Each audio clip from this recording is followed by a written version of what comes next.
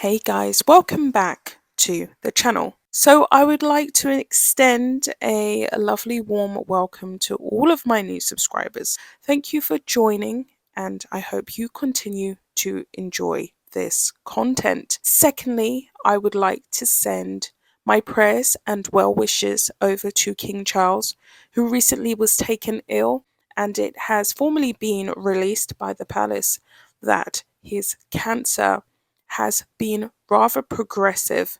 So I would like to wish him the best of luck, and I do ask all of you listening to this today to make some prayers if you believe in God, of course, or whatever you believe in, just to send some well wishes over to the king.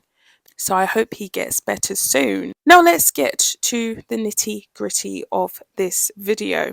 There's a lot to cover and there's so much that I probably will have to leave out because we could be here forever. So Sparry and Sparry's wife have been busy as of late, especially amidst the scandal regarding S&Xual. And of course, they have been outed for the true low down bullies and, dare I say, racists that they both are. I really do hope that amidst this scandal, this is the wake-up call that the Sussex squad, which literally mainly comprises of Black women like myself, I really hope that this helps them to wake up and see that what they are supporting is nothing short of pure wickedness. I genuinely do not understand this at all whatsoever. Do you understand this? You know I love pettyology. The pettier, the better. This look on Meghan's face at the end is everything. Whoa, satisfying. You go, girl. Well played, ladies. Say what now, Daily Fail? Gwyneth didn't take down Meghan. Gwyneth and Meghan took down the Daily Fail. And we love to see it. My kind of tea. And cruelty. This couple is not to be trusted. This couple is not to be supported. This couple is not to be liked. And our dear Dr. Sophie Chandaka really has highlighted that for me. If you look at the history of this channel, I actually started this channel about 5 years ago. 2 of those years I could not make content because I was religiously, systematically targeted by the Sussex squad, and my car was actually vandalized and my life was literally turned upside down because of speaking out and stating the truth. I was told in no uncertain terms via email that I was a bully and I was a traitor to my community. And today is a good day for me because I feel formally vindicated of all those accusations, because I was simply stating a fact that was yet to be proven. And here we have another esteemed, intelligent, beautiful Black woman like Dr. Sophie Tendai Chandaka MBE from the Queen, a Zimbabwean corporate finance lawyer, stating exactly everything that I saw from the beginning of the inception of the birth and evolution of Sparry and his wife, Rachel detestable Meghan Markle. So sources, of course, do come to me, and I've received so many emails over the years, some of which I feel should not be shared on this channel, and others I feel need to be disclosed. Now, I did state in my previous video that it had been confirmed to me by a private source close to Dr. Chandaka, and this is all, of course, alleged, but it had been confirmed to me that she experienced the wrath of Rachel Meghan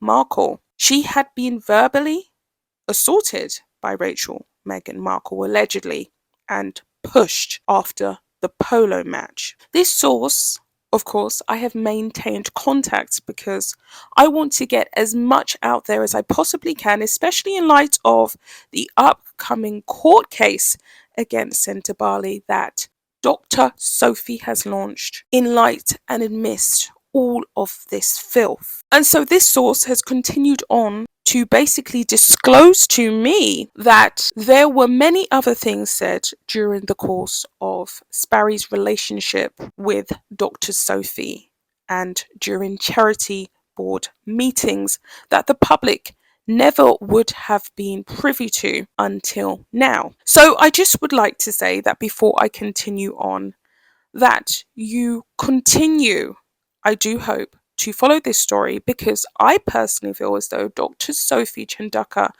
could be in grave danger. So I want you to keep up with this story, because of course it takes a lot for someone, especially in her position, considering she seems to be standing alone. She doesn't have the support, ironically, of the ultimate feminist, Mrs. Rachel Meghan Markle, who's decided to be awkwardly silent during this whole debacle. That you look out for her and her safety. If she goes silent, either she's been bought off or she could have been, dare I say it, something terrible could possibly happen to her. So I just want to put that out there.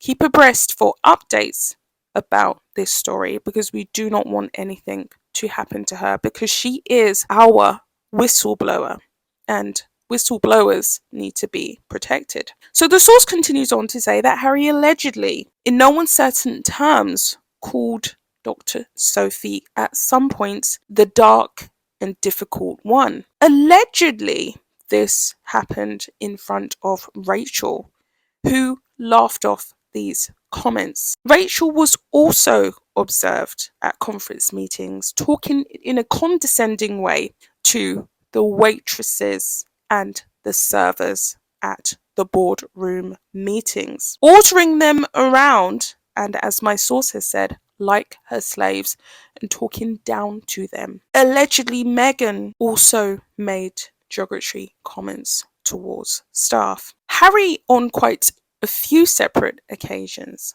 at these charity events, was overheard talking about the African women's physiques, the way in which their buttocks were extremely shapely and quite sumptuous.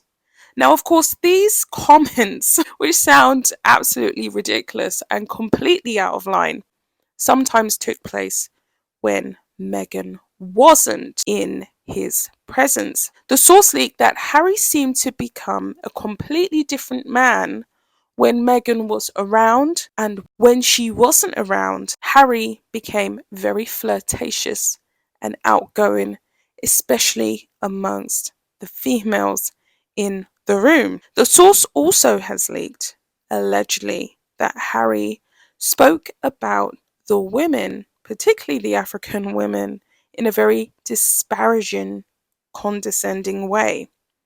The source has also continued on to leak that essentially Harry made some kind of uninvited contact with Dr. Sophie. He inappropriately slapped her ass on one occasion, which took her by surprise that a man of that stature, who is now, of course, meant to be quote unquote happily wed, was making advances towards her. The source said that it was rather confusing because in one moment, when Meghan's presence was at the board meeting, he was one way, and when she wasn't there, he acted another way. So he was very rude and condescending and frosty and cold towards Dr. Sophie Chandaka when Meghan was around, because of course Meghan knew Harry had some kind of attraction to Sophie, and he wanted to reassure the insecure, jealous Meghan. And of course, when Meghan wasn't around, there was a lot of flirtatious advances from Harry. So tensions really built and relations extremely soured between Harry and Dr. Sophie when allegedly Dr. Sophie decided and was investigating where the charitable funds were being siphoned off to. So allegedly, Senator Barley had received a $50 million donation from USA Aid. And she questioned and queried Mr. Sparry, or should we call him Horrid Henry, about the whereabouts of this money, how it was being distributed, and how it was being spent. To which Mr. Sparry was certain upon this occasion,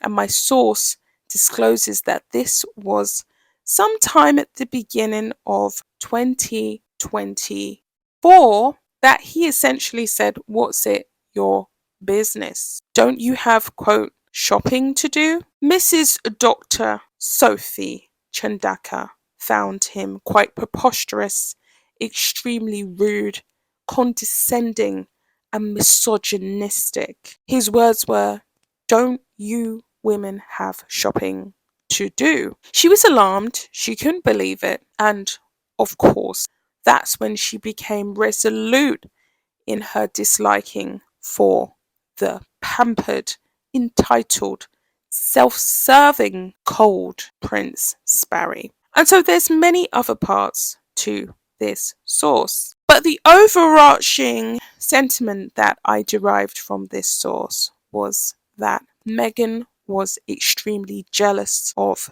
Dr. Sophie because she knew that her husband harbored physical attraction for Dr. Sophie. And secondly, there was an intimidation on Sparry's part, but also a heavy attraction. My source also elaborates that after multiple advances towards her person and Harry being shot down, that was when tensions really built. Now, what I really want to move on to and talk about personally regarding this is the way in which this lady, Rachel Meghan Markle, has done everything in her power to erase her black features. This is something that I have posted on this channel before and you will see upcoming here.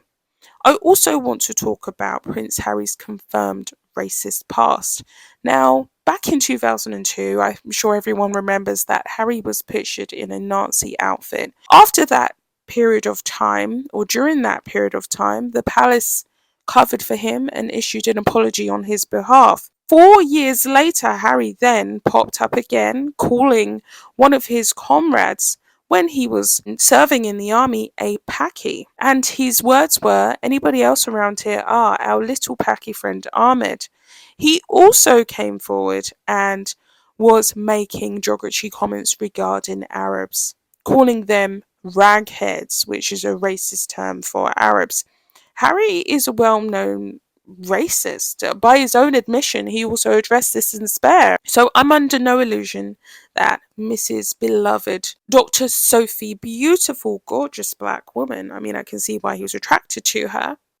I'm under no illusions that she didn't experience racism at the hands of the gruesome twosome. So with all that being said, we have Meghan, who is a colorist, and she is anti-black. I believe she's anti-black. She's lived a life where she's essentially tried to assimilate into being a white woman or shapeshift into being a Caucasian woman. And we have Sparry, who's a well-known racist. So they're a match made in heaven. I'm going to make a part 3 because there's a lot more that I want to say that my source has added.